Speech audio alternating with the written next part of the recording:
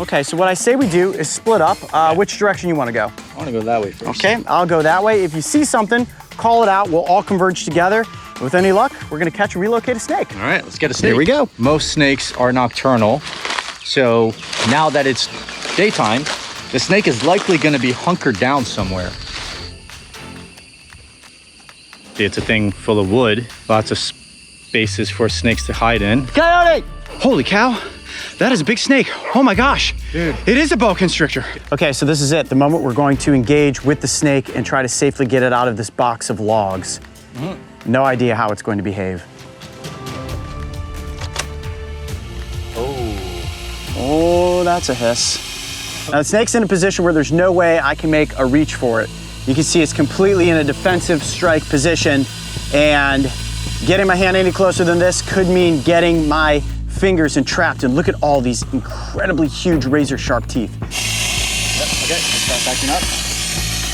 Good. Perfect. Perfect. Try to get a hold I of wish it. I had another snake. There you go. There we go. There you go. That snake is all of 5, maybe 6 feet in length. Now, boa is a non-venomous species, so I don't have to worry about taking a bite and being envenomated. But these snakes have a mouth full of teeth. They're actually like little razor blades turned backwards, and on the top of the skull, they have multiple rows of teeth. So when they grab onto their prey, it locks in place. And the skull's capable of expanding, and these snakes can swallow down prey that are many times larger than their own bodies. And that aggressive hissing is basically just saying, I'm a big snake, I'm intimidating, you don't want to get any closer. Got it. Now it's important to keep the snake stretched out, otherwise it's going to completely constrict around me. Right now, we're kind of just doing a little bit of a service by hopefully getting rid of some ticks, but otherwise she would be fine with these as is. I do have to be aware of where those teeth are at all points in time. The less pressure I put on her, the less constrained she feels. Look at this. Yeah, you're getting constricted. That's We want to keep those coils spread out as much as we possibly can. We're now going to be able to relocate it to a much wilder area. These snakes do an incredible amount of good by helping to balance the pest populations. We're going to take you into the slow motion strike zone of the mangrove snake and the water moccasin. We are going to use this to entice a snake to strike out and hopefully pop the balloon in slow motion. Okay, what snake species is going to be striking at this balloon? We're gonna be using a mangrove snake. It is a mildly venomous colubrid from Southeast Asia. Here comes the strike! Here it comes! Oh man. Dancing in the treetops is no challenge for this arboreal reptile. And what's more terrifying is that this killer usually hunts at night. To humans, this bite is not fatal.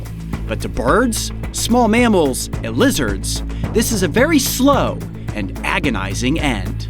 All right, guys, water moccasin is coming on to set. Already got the gape going. Oh, already in strike pose. Oh, That's look at nice. that. We've got this log situation set up here.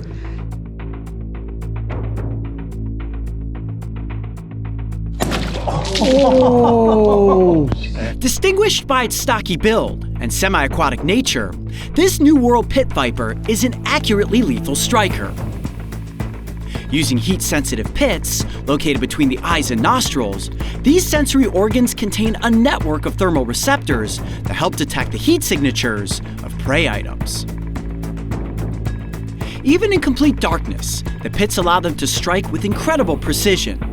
And like a heat-seeking missile, their bite hits and delivers an explosion of hemotoxic venom. To any prey item, this hit is fatal. To humans, it's a race to the hospital. All right, guys, we've got the lizard just up over my left shoulder here. The rope is around the lizard. All right, I got him by his tail now. Whoa, look out, look out, look out.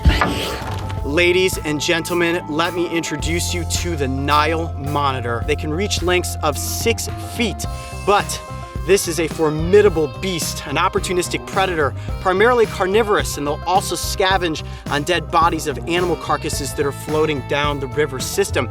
Now, what makes these monitors specifically unique is that they're adapted for living in an aquatic environment. Look at the tail of this creature. It's flat, almost like a propeller or a rudder. and that helps them to propel their bodies through the water. What's really unique about this monitor species is that the nostrils are positioned high up on the skull. That allows them to keep just their eyes and their nose above the water when they're swimming. Now, the monitor lizard is one of the smartest reptile species in the world. So smart, in fact, that they can be considered problem solving. Imagine something that looks just like this, only 10 times this size, roaming the countryside here in South Africa during the days of the dinosaurs. That would be intimidating. Right there, look at that. What do you got? Chameleon, look at that. That's a veiled chameleon. Oh, I see it. Got him, got him, got him, got him. There Nice. he is. There we go. Yes! Now you notice the chameleon is a little darker than we first spotted it.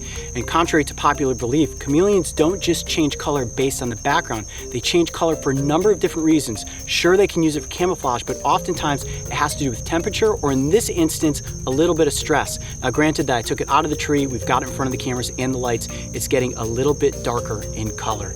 But either way, this is one handsome looking lizard. One of the most distinctive traits of the male is the casque on top of the head. You see that? Scientists believe that they are used to actually filter water down the chameleon's head and into its mouth, and of course also as a breeding display to say to the females, hey, I've got a pretty cool looking hairdo, you probably want to date me. Now what's cool about the eye structure of the chameleon is that each of these eyes are capable of moving independently of one another. They actually can move 180 degrees in each direction. What they will do is spot an insect with a single eye, slowly move their head, line up with two eyes, and then whoosh, out comes that sticky tongue into the gauntlet, and then they have a meal.